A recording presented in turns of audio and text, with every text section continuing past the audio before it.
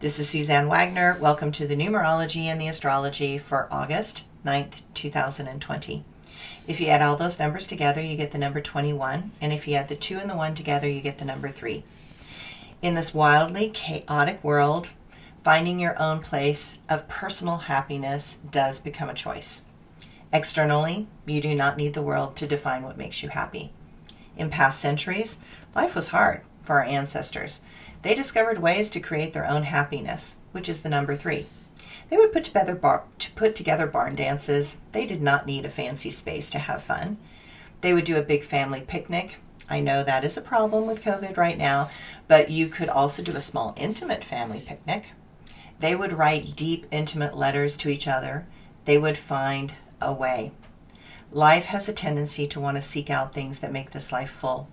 While figuring out what you have to give the world is fulfilling in its own way, the reality is that you need to let happiness find you in all the ways that don't fit into your ego or your mind's perception.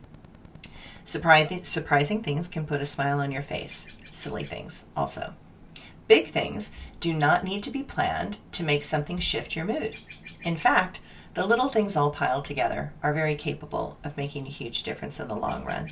We are rediscovering ourselves and what is really important. And the truth is that sometimes less is more.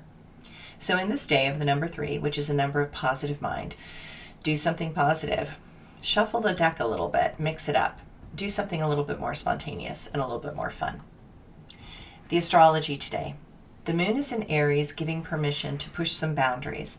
Watch out for those impulsive moments that could make you say or do something that is going to come back and haunt you later. The harshness of this moon is exaggerated because it aligns with that fighting spirit planet of Mars. Then it decides to square Pluto and Saturn in Capricorn, adding more obstacles and pressure to already tense situations. Mercury trines Chiron, making personal healing a priority and a desire to open and expand your mind. Finding ways to communicate what you are feeling is difficult. Be constructive in your approach. Remember that many are very sensitive right now, so be aware when certain topics should be pressed forward and maybe others not. While this will make you feel less organized mentally, just allow yourself to be open to the flow and you will find a way through the many layers presenting. The moon shifts into hardworking Taurus in the evening as you are thinking about going to bed, so it is a good time to pay attention to the daily issues that arise in your family for the next few days. You will want more stability for a moment. More change seems less favorable. My quote for today. There are going to be a lot more bad things happen before circumstances get to a place where things shift enough to make dealing with the reality more important than your opinion. And my blog for today. People think that money can insulate you from suffering, but it can't. People think that being right gives them power to manipulate and control others, but it doesn't.